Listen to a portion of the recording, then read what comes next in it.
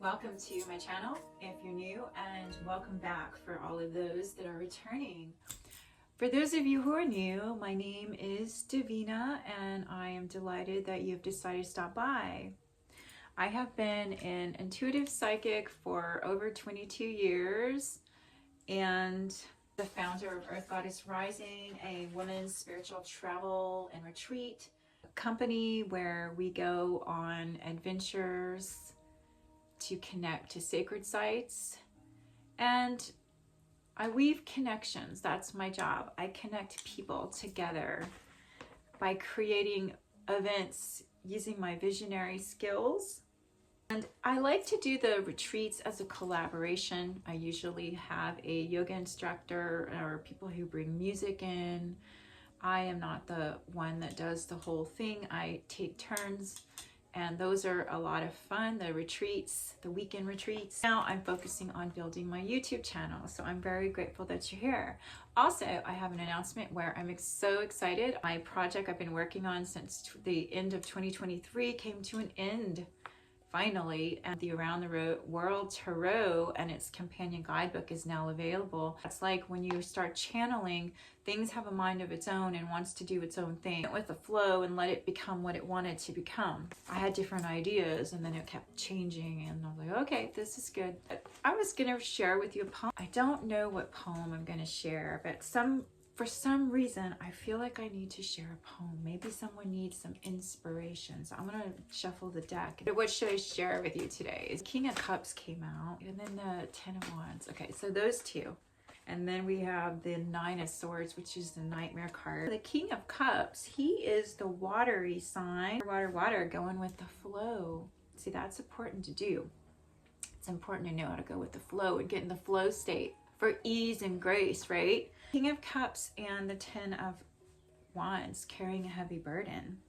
Carrying a heavy burden. Watching this, does that resonate with you? When I do channel messages, somebody needs to hear this. So whether it resonates with you, keep in mind that if you start thinking that doesn't sound like me, then it's not yours. Just let it go. Whatever it feels like it resonates, take it. What doesn't, don't. Let's look at this together here. This is my merman. You know, water signs, Cancer, Scorpio, and Pisces. And it doesn't have to be a masculine energy as a king. It could be a feminine standing in her kingly energy. Keep that in mind, that it's an energy thing. The king is sovereign, and that's what we have to do, is claim our sovereignty, right? No matter who we are. So I'm going to read to you from the book Around the World Tarot, the guidebook. On Lord Howe's shore full of sheen and so pristine, the King of Cups is lost in a daydream. The sea calls forth a siren song. He's lingered on the shore too long. The sunlight spills upon the sand, though calm his heart begins to stir. The waves do more than simply purr.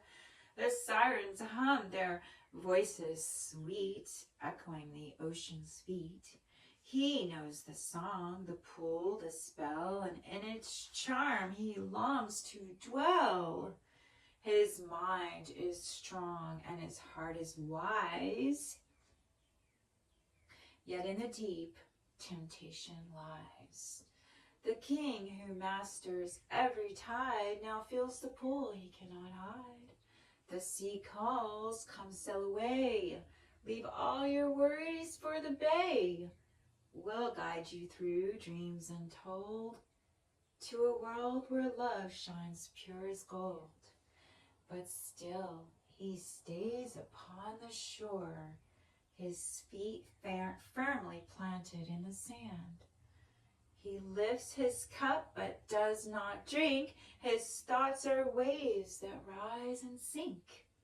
Although the sirens sing their plea, the King of Cups upholds the mystery. A heart that feels, yet stays its course, a king who knows the sea's great force. All right, so that's all about intuition. Intuition. Inner intuition, those whispers that we sometimes ignore, hold the keys to your inner truth and emotional alignment. The King of Cups thrives by anchoring deep emotional waters with safety and insight. Steady insight. I don't know where I got safety. Someone might be thinking about where are they safe? Are they safe here? They're safe. As Socrates once said, care for your psyche. Know thyself. For once we know ourselves, we may learn how to care for ourselves. And yeah, that's really important. Not everyone knows how to care for themselves. You know? Do you know how to care for yourself?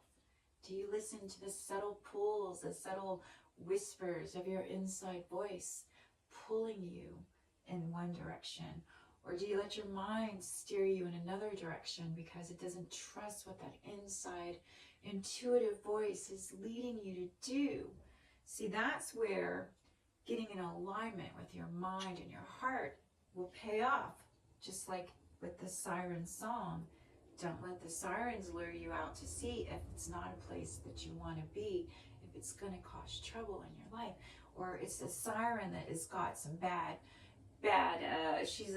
he or she's a bad, mofo, and they just want to trick you or something. I'm just saying.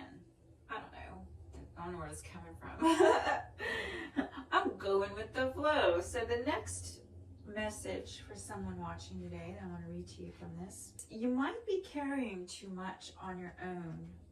You might need to let down some of your heavy worries, fears, concerns. So I'm going to share with you the poem in the Ten of Wands, and this one is inspired by the beautiful rice fields in Vietnam. I'll read this to you. Through Vietnam's fields where green hills climb, the rice terraces stand to the rhythm of time. A woman silently moves with grace. Her steps are as soft as in the morning's embrace. Upon her back a hidden weight, a burden borne by a twist of fate. Is it sorrow, grief, a life of pain, or secrets tied to a past, war-torn life? She carries more than just the earth, a mystery bound since her birth. Her back is bent and her steps are slow. What she holds we may never know. The weight she carries must be freed and released to the air like the scattered seeds. Through lush rice fields beneath the sun, the silent question lingers on. What lies ahead when she lets go, a lighter heart or seeds to sow? Perhaps one day the burden falls and with its silence breaks the walls. In that release, the truth may scream of what she carried through her dream. The advice on this one is reflect on what you're carrying in life. Are all of your responsibilities necessary? Or can they be delegated or released? Now, this is about avoiding overcommitment and learning. This is something not all of us know how to do. Not all of us know how to say no. There was a time when I was growing up, I didn't know that I had the right to say no because I wasn't taught that. And so I would let things slide constantly. And when you're in that place, the people who want to use you and take advantage of you will do so. So you got to learn that you have the right to say no. Do not let anyone make you feel guilty when you speak up for what you feel and what is right for you, ever. So I don't know, that's for someone. Now, if you need to seek support, this is where it's good to know it's okay to lean on others. To share that load doesn't diminish your strength. It only multiplies your capacity. Imagine that. Letting go of some of these burdens you're carrying and delegating or releasing it all together. If you're able to do so, at least release how it holds fear and worry into your mind, right? You may not be able to release something completely because it's something that's always going to be looked at or addressed at some point. But at least not letting it weigh you down, I guess is the point, right? If you are caught in a pattern of constant struggle, this is where you have to pause and reassess. We all have to find ways to work smarter, not harder, smarter. If the weight of obligations has dimmed your happiness, now is the time to reconnect with activities that bring you peace and fulfillment. Now, what would that be? It's a beautiful spring day over here in the mountains of North Carolina. Oh, it's so beautiful. The trees are blooming. Everything's popping with green, and I want to be outside. The weather is so nice and warm and breezy. It's just perfect. That is speaking to my soul. But I also have a channel, and therefore I have to go with the flow. I had a message to share with you today. It was about claiming your sovereignty.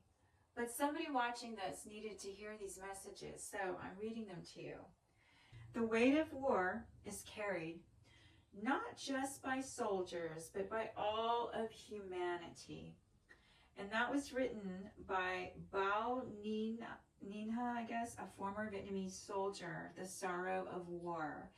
So the last card deals with worry and fear. So somebody's carrying a lot on their shoulders right now. And so let's look at the Nine of Swords. I can't say that this one, some of the poems I really found the creativity side of myself. And some of them are just telling the story about the card. And my favorite poems I remember, but I don't remember the Nine of Swords poem. I remember the Seven of Swords, the Victory card. I like the Chariot. I like a lot of them. But you know, as a creator, you will have your favorites and those that you don't care as much about, but you had to write something about it. You know, you'll know what I'm saying. So let's see if I can even find you this one. We're looking at nines. We were in the Ten of Wands now. The Nine of Swords is the Nightmare card. And Nightmare in Vegas, Las Vegas, Nevada, the U.S. In a Vegas hotel under neon lights, she lies wide awake in the wee hours of the night. Ghosts of her losses swirl in her head as worry and fear crawl under her bed. Time slips away as her worries grow. Shadows creep into the room while thoughts of money seal her doom. The slot machines scream, the dice roll, and fear grips her heart, taking its toll. She tosses and turns, trapped in her plight, as visions of jackpots dissolve into fright. I messed up on this editing. I needed to take that. I have it twice. I'm not supposed to have the same line twice. Her heart beats a rhythm she can't seem to control. She yearns for peace in her mind, but the slots of reels of worry won't leave her alone. The hours slip by and the terror takes hold. A mirage of despair wrapped in glimmers of gold. A nightmare in Vegas where fear takes the stage, where fears take the stage. A carousel spinning on a panic-filled page. As morning breaks through, she lets out a sigh. At least I didn't marry Elvis this time. The advice with this card is acknowledge your worries that might be keeping you up at night. Is it financial? For this person it is. Shine a light on your fears and your worries, as they often lose power when examined with clarity. Like Vegas's dazzling illusions, some of your fears may be exaggerated. So, separate the facts from the imagination and don't punish yourself for mistakes or perceived failures. Go gently on yourself. Learn from them, your perceived failures. You know, it's interesting because today I had this message. Well, they weren't actually failures because they taught me something. They were lessons. So